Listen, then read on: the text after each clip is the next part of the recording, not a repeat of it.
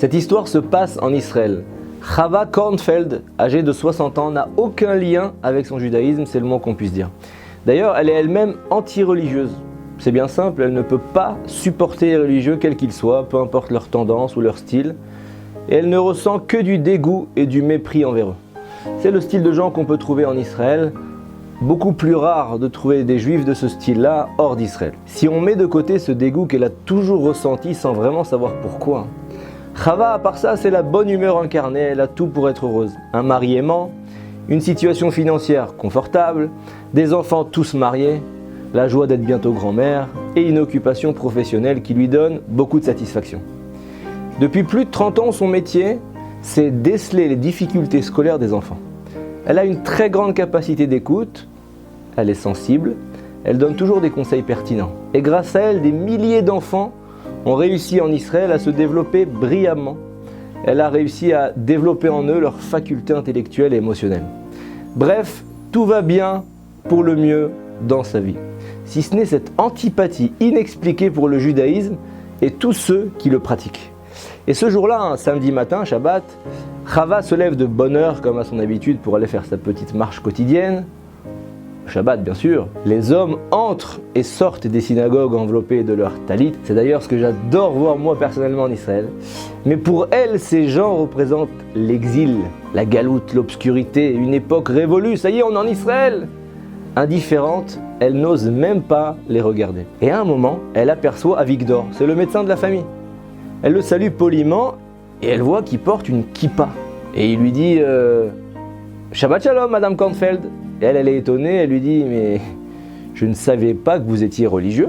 Et lui, il lui répond mais je ne suis pas religieux. Chava, elle est complètement perplexe. Mais alors, je ne comprends pas, où est-ce que vous allez avec cette kippa sur la tête? Et il lui dit à la synagogue. Il n'y a rien d'extraordinaire là-dedans. Un juif qui se rend à la synagogue porte une kippa, c'est tout, j'ai rien inventé. Mais Chava insiste. Alors vous êtes religieux? Avigdor sourit et répond non, Madame Kornfeld, je ne suis qu'un juif, un simple juif. Et là, Chava ne sait plus quoi dire. Bizarrement, cette phrase de son médecin qu'elle connaît depuis plus de 20 ans la bouleverse au plus haut point. À part cette kippa qu'elle avait aperçue sur sa tête pour la première fois, il n'avait jamais montré le moindre signe extérieur de religiosité. Et maintenant, elle le voit se rendre tranquillement à la synagogue, rejoindre des religieux qu'elle ne peut pas se blairer. Je ne suis qu'un juif, un simple juif. Ces mots-là, cette phrase, résonnent dans sa tête et ne lui laissent aucun répit. Elle est persuadée d'avoir déjà entendu quelque part cette phrase, mais impossible de se rappeler qui lui a dit, et ça la tourmente. Elle est troublée, elle s'assoit sur un banc, elle commence à réfléchir. 1 heure passe, 2 heures, 3 heures, toujours rien. Et au bord des larmes, elle finit par parler à qui? Au Créateur, je ne sais pas. Maître du monde, où ai-je déjà entendu cette phrase qui me perturbe autant? Et pourquoi elle me perturbe? Aide-moi, je t'en prie, je veux retrouver. Et tout à coup, Chava se souvient. Elle se souvient d'abord de sa jeunesse en tant que fille unique de parents rescapés de la Shoah. À la maison, ils n'avaient jamais parlé de leur traumatisme. Un silence tendu régnait constamment. L'atmosphère dans sa maison, quand elle était jeune, était lourde, oppressante.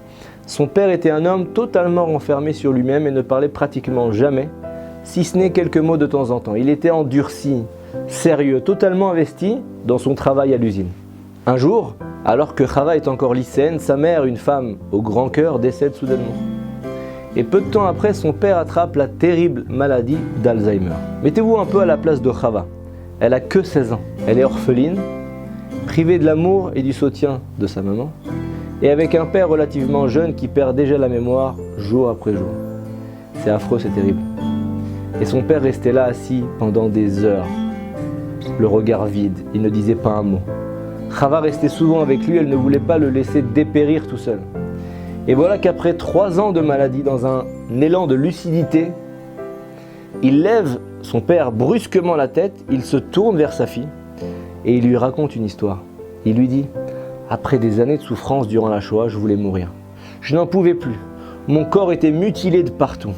J'étais tiraillé par la faim, je pesais à peine 30 kilos. Je n'avais plus de parents ni de frères et sœurs, plus aucun espoir, plus rien. Et tout à coup, un soldat qui mesurait au moins 2 mètres a surgi de nulle part. Il a pris son pistolet, il l'a mis sur ma tempe Et il m'a hurlé, sale juif, qui es-tu? Et moi je comprenais pas sa question, ni pourquoi il me demandait ça. Et sans réfléchir, je lui ai répondu, je ne suis qu'un juif, un simple juif. J'étais sûr qu'il allait me tuer, mais à ma grande surprise, il a remis son arme dans son étui et il est reparti aussi vite qu'il est arrivé. Et immédiatement après avoir terminé son histoire, le père de Chava a replongé dans sa léthargie avant de mourir quelques jours plus tard. Et pendant des dizaines d'années, Chava elle avait eu dans son subconscient la dernière phrase prononcée par son père avant de quitter ce monde. Cette petite phrase anodine, je ne suis qu'un simple juif. Cette phrase avait fini par faire son effet chez Chava, même après toutes ces années. Et tous ces souvenirs qui étaient profondément enfouis dans sa mémoire l'incitent alors maintenant Chava à se remettre en question. Peu à peu, elle réalise que sa haine de la religion, c'était en fait une vengeance inconsciente contre Dieu pour tout ce que ses parents avaient subi. Et quelques jours après, Chava se rend à un séminaire sur le judaïsme, comme il y en a beaucoup en Israël, Baruch Hashem, pour en savoir un petit peu plus sur son identité. Et 6 mois plus tard, un Shabbat matin, elle croise à nouveau Avigdor, son docteur, qui est stupéfait en la voyant avec la tête couverte et habillée selon les règles de la pudeur juive. Chava lui sourit et lui dit chaleureusement « Shabbat shalom docteur, moi aussi, je ne suis qu'une juive, une simple juive. » Il faut savoir que le Chida nous enseigne que lorsque quelqu'un ressent un éveil dans le domaine de la spiritualité et du service de Dieu, il doit s'y attacher tout de suite sans attendre, car le Yetzer Hara va s'empresser de le refroidir et le décourager.